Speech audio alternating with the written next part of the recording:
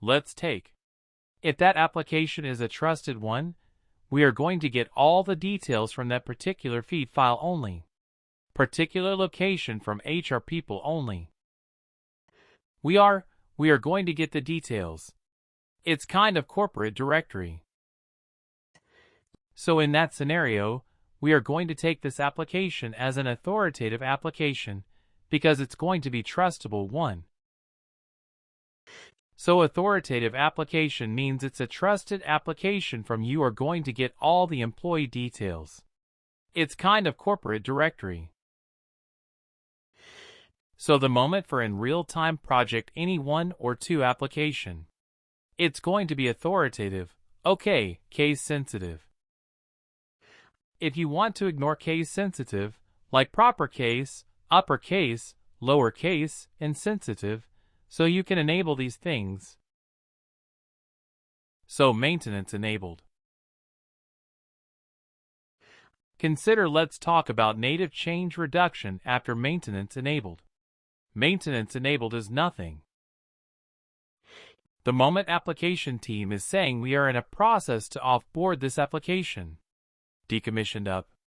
Decommission is going to happen for this application.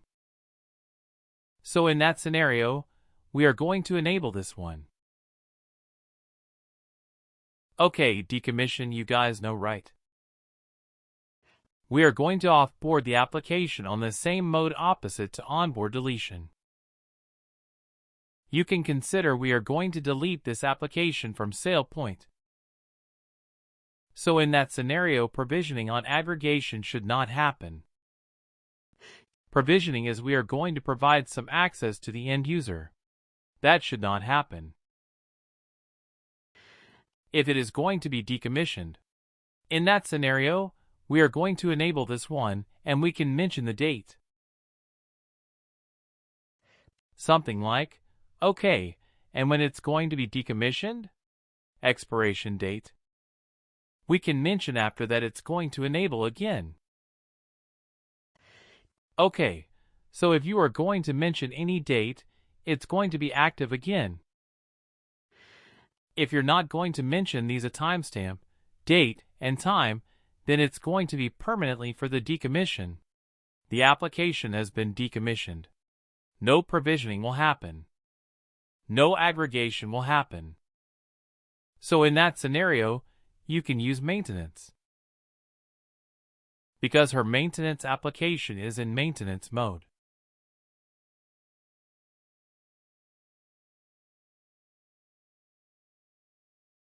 Okay, so native change.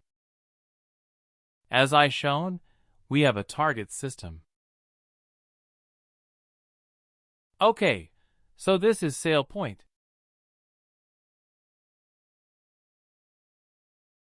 Okay. So this is target system.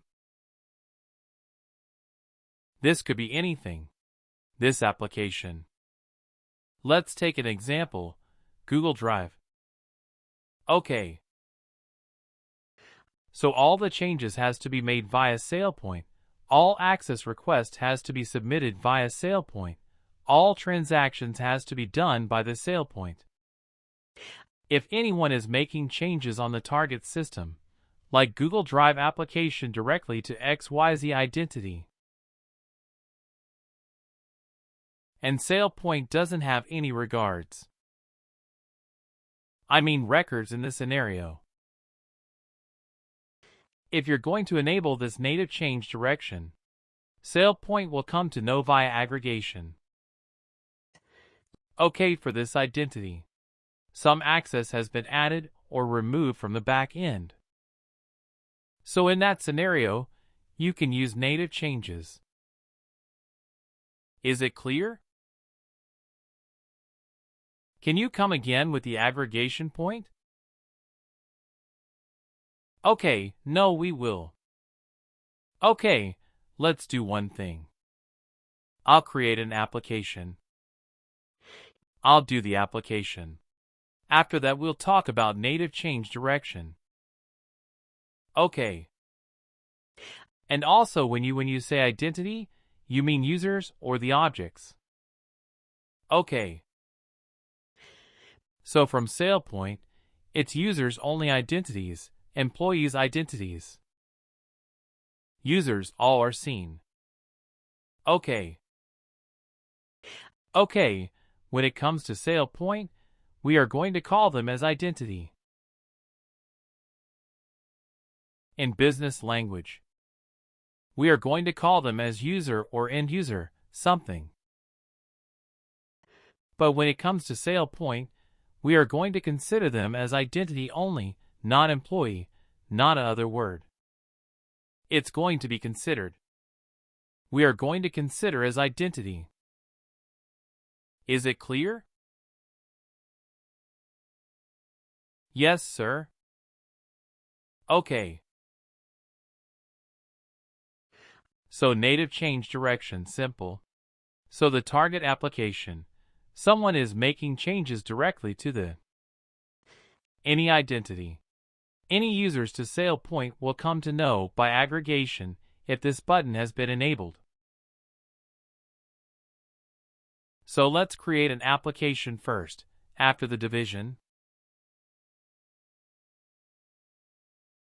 Okay, so the application is Google Drive.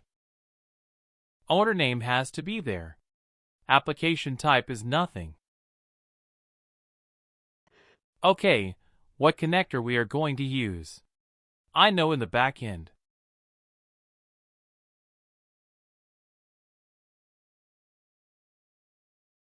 HR people is going to use this kind of spreadsheet.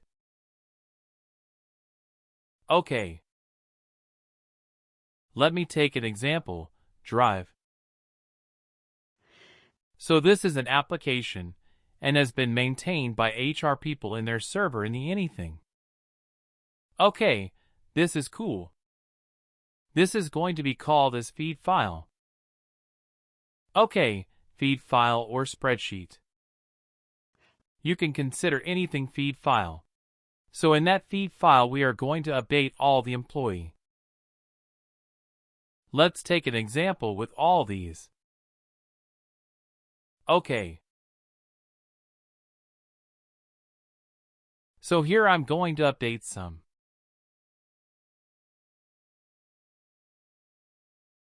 I'm name employee ID randomly. Let's see 2 of exam.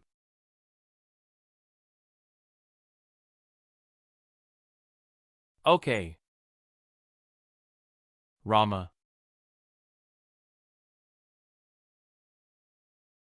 Manager is going to be null. I'm not going to mention that now. Full name is going to be. I'm going to Rama. Something email you have to mention. Okay, department. So executive management only. So these are the things same, normal. Let me keep. So consider, let's do it. My employee has been joined and HR people updating in the spreadsheet. Okay.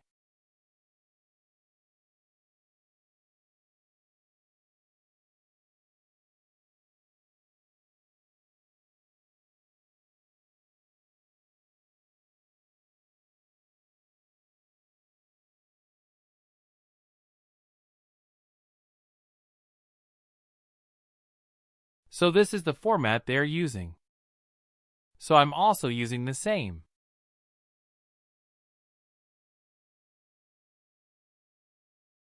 So all are working. Same department.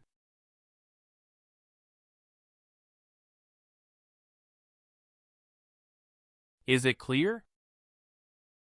The 2 employee has been joined today, and then we have updated scene. So let's keep the existing employee. No need to the employee. The 1 day is already present in the system. We are not going to remove. So let's save this file. HR people has updated this one. And we have a drive application in SailPoint. So how the aggregation is going to happen using the connector.